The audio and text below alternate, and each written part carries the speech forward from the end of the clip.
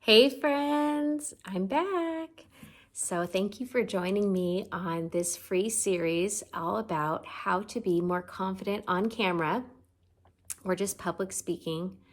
Um, Today's tip, I think, is going to be more about how to be more confident on camera because I don't know if you could use this. You probably could use this tip if you have a podium, but I'm Shell, if you haven't met me before.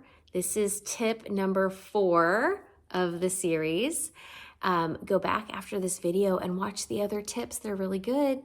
And the reason I'm so passionate about teaching this is because these are tips I've used on myself, secrets to get me out of fear of being on video and really allowing me to feel confident on video.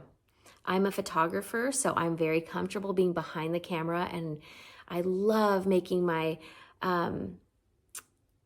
clients shine, my photography clients shine. I love helping them tap into their essence so they can really shine their authentic energy on camera. And I also do that with my coaching clients. I'm also a life coach, so it's really, really fun. And so I didn't have to. I decided about a few years ago, like, I'm ready to get out of my own way now. I am ready to share this message with more than just my clients.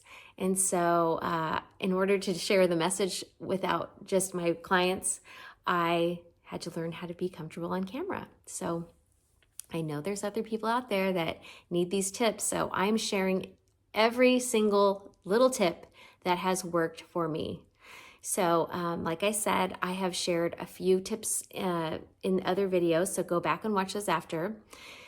Today's tip is very simple, and no one told me to do this. This is just something I have done myself and I have shared with my clients, which is, this works great, by the way, if you're doing like, a workshop or leading something where you have your computer or your phone or whatever, but where people aren't in the room with you. Like I said, this could work if you're doing something like in person. If you have a podium, you could still do this little trick. But what I have done in the past is, especially if I'm teaching a course or a workshop or something like that, where I have gotten nervous beforehand and thought like, oh, I don't want to mess up. And, my goal is when I teach to stay in my heart space. So then people can feel my energy. But let's be honest, sometimes that's easier said than done. And what I have learned, and you might have heard this before too, is when you talk to a specific person that you love and that loves you and supports you, it's a lot less intimidating than when you are speaking to a huge audience. So this tip has two tips inside. So what I do is I take some Post-it notes before my talk. And number 1, I write on the Post-it notes who's watching me that I love and that loves me, even if they're not going to be there, okay? I just pretend.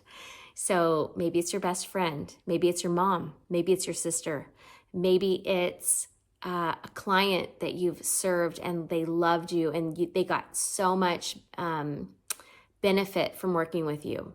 Whatever it is, you could pick one person or you could pick 3 people and put them on 3 Post-it notes, or just one Post-it note with their names. It doesn't matter. Put that there out of view of the camera.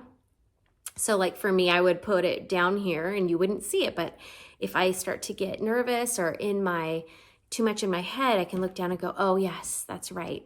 This person is in my audience, and I can speak directly from my heart to that person because I love them so much and I know they love me, and I'm being so supported. And it gets me out again, like I mentioned in the first tip I shared. It gets you out of your head, ego mind, and back into the service of your heart. It gets you to speak from your heart.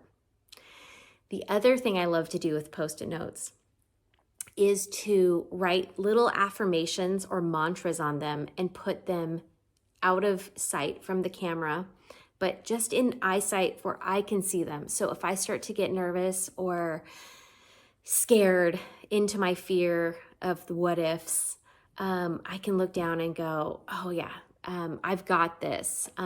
One affirmation or mantra I had written down when I have done my free workshops is a reminder that this is a free gift. Sometimes my perfectionism can take over and I will forget that what I'm offering is totally free.